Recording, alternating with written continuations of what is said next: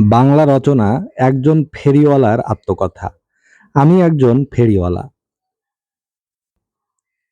মা-বাবার দেওয়ার একটা নাম অবশ্য আছে, কিন্তু সে নামে আমাকে এখন কেউ ডাকে না। ডাকে ও ফেরিওয়ালা। বাড়িঘর, জমি একদিন সবই আমার ছিল। কিন্তু আজ সবই গ্রাস করেছে সর্বনাশা পদ্মা নদী। ঘরবাড়ি পদ্মায় তলিয়ে যাওয়ার পর পেটের দায়ে ঢাকা শহরে এসে হয়ে গেছি ফেরিওয়ালা। ঢাকা শহরের অলিগলি, বস্তি, আবাসিক এলাকা, পাকা সড়ক, ফুটপাতে আমাকে দেখতে পাবেন। আমি আজমত আলী হয়ে গেছি ঢাকা শহরের এক অপরিহার্য চরিত্র, ফেরিওয়ালা। প্রথম দিকে আমি তরি-তরকারি বেচতাম। শেষ রাতে কাওরান বাজার পাইকারি সবজি আড়তে গিয়ে ২ খাঁচি নানা পদের সবজি নিতাম। দুই পাশে ২ খাঁচি ঝুলিয়ে কাঁধে করে হাঁটতে হাঁটতে ডাকতাম, হেই লাল শাক, কলমি শাক, মিষ্টি কুমড়া, আলু, পটল লাগবো নিবেন? আমার ডাক শুনে গৃহিণীরা ছুটে এসে ভিড় করতো আমার খাঁচির পাশে। নেড়েচেড়ে দেখতো, দরদাম করতো। পছন্দ হলে ২৫০ গ্রাম, আধা কেজি, ১ কেজি সবজি অথবা এক মুঠি পাট শাক কিংবা ২ টাকার কাঁচামরিচ কিনতো। এক পাড়া থেকে অন্য পাড়া, এক বস্তি থেকে অন্য বস্তি, আবাসিক এলাকায় ঘুরতে ঘুরতে দুপুর নাগাদ আমার খাঁচির সব সবজি বেচা শেষ হয়ে যেত। বেচা কেনা খারাপ ছিল না, কিন্তু লাভ হতো কম। মালের পড়তা সব দিন ঠিক পড়তো না। তাছাড়া কাঁচা মালে বাগড়া যেত বেশি। তাই ২ বছর সবজির কারবার করার পর ছেড়ে দিলাম। আমাদের বস্তির মনির বাপ বলল, কাপড়ের ব্যবসায় পড়তা ভালো। বুঝে শুনে একসময় কাপড়ের ব্যবসায় নেমে পড়লাম। বেডশিট, বালিশের কভার, ব্লাউজের কাপড়, ওড়না, সেলোয়ার কামিজের পিস ইত্যাদি নানা রকম কাপড়ের বিরাট একটা গাঁটরি কাঁধে ঝুলিয়ে হাঁটতে হাঁটতে বাসখাই গলায় ডাকতাম, লাগবো বেডশিট, বালিশের কভার, থ্রি পিস, ব্লাউজের কাপড় আছে। আমার ডাক শুনে বৌঝি, কিশোরী তরুণী ঘিরে ফেলতো। তারপর হাতে নিয়ে নেড়েচেড়ে কাপড়ের রং, প্রিন্ট, কাপড়ের গুণাগুণ সম্পর্কে নানা প্রশ্ন করত। হাসি হাসি মুখে আমি তাদের প্রশ্নের জবাব দিতাম। বিরক্ত হলে এ ব্যবসা করা যায় না।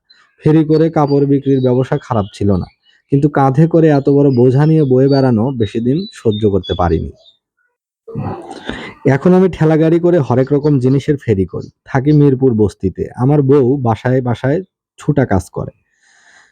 ২ বছরের একটা ছেলে আছে, মার সঙ্গেই থাকে। আমি সারাদিন গলি থেকে গলি, রাস্তা থেকে রাজপথ পেরিয়ে নানা পদের জিনিস বিক্রি করি। আমার স্বল্প পুঁজির স্বাধীন ব্যবসা। আমাকে খেয়াল রাখতে হয় মানুষের দৈনন্দিন প্রয়োজনীয় জিনিসপত্রের প্রতি। মানুষের প্রয়োজন নিয়েই আমার ব্যবসা।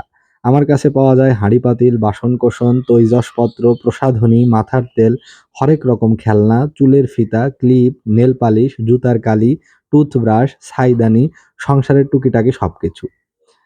গলির মুখে বাসার পাশে গিয়ে হাঁক দিলেই বেরিয়ে আসে ঘরের বউ, শিশু, কিশোরী, তরুণী। নিজের চোখে দেখে তারা জিনিস নির্বাচন করে। তারপর দরদাম করে। আমি কাস্টমারের মন বুঝে দাম বলি। পছন্দ হলে মানুষ ২ টাকা বেশি দিয়ে হলেও জিনিস কেনে। সংসারের দরকারি জিনিসপত্র পুরুষদের চেয়ে গৃহিণীরাই ভালো চেনে। আমার কাছ থেকে সহজে পছন্দের জিনিসটি কিনে নেয়। সারাদিন কাটে রাস্তায়। মিরপুর, কল্যাণপুর, শ্যামলী, মোহাম্মদপুর, মহাখালী, নাখালপাড়া, ফার্মগেট, কত রাস্তায় রোদে পুড়ে বৃষ্টিতে ভিজে ক্ষুধা তৃষ্ণায় কাতর হয়ে আমি হাঁটি। ঢাকা শহরের রাস্তা দিয়ে হাঁটার কি উপায় আছে? মানুষে গিজগিজ করছে। তাছাড়া বিভিন্ন জায়গায় বখরা দিয়ে আমাদের মতো ফেরিওয়ালাদের ব্যবসা করা দিন দিন খুব কঠিন হয়ে পড়ছে। সারাদিন ১০ দুয়ারে ঘুরে এক জায়গায় জিনিস বিক্রি করতে পারি। এছাড়া লাভও খুব সামান্য। বাজারের মতো চড়া দামে আমি জিনিস বিক্রি করতে পারি না। আমাদের লাভ দিনকে দিন কমছে, অথচ চাল, ডাল, তেল, নুনের দাম দিনকে দিন বাড়ছে। তাই এখন আমাদের বাঁচাই মুশকিল হয়ে পড়েছে। ঢাকা শহরে আমার মতো ফেরিওয়ালার জীবন এখন হয়ে পড়েছে খুবই কষ্টের। অবহেলা আর দারিদ্র্যের মধ্যে আমার বসবাস। ফেরিওয়ালা বলে কেউ আমাকে ঘৃণার চোখে দেখে, কেউ রাস্তার মানুষ বলে দূরে ঠেলে দেয়। পথই আমার জীবন, ঝুড়ি ভর্তি মালই আমার জীবিকা। ফেরি করতে করতে একদিন পথেই আমার জীবন নিঃশেষ হয়ে যাবে। পুরনো ভাঙা শিশি বোতলের মতো একসময় হয়তো পড়ে থাকবো পথের ধুলোয়। তো এই রচনাটি পড়া হলো নবম দশম শ্রেণীর রচনা সম্ভার বইটি থেকে।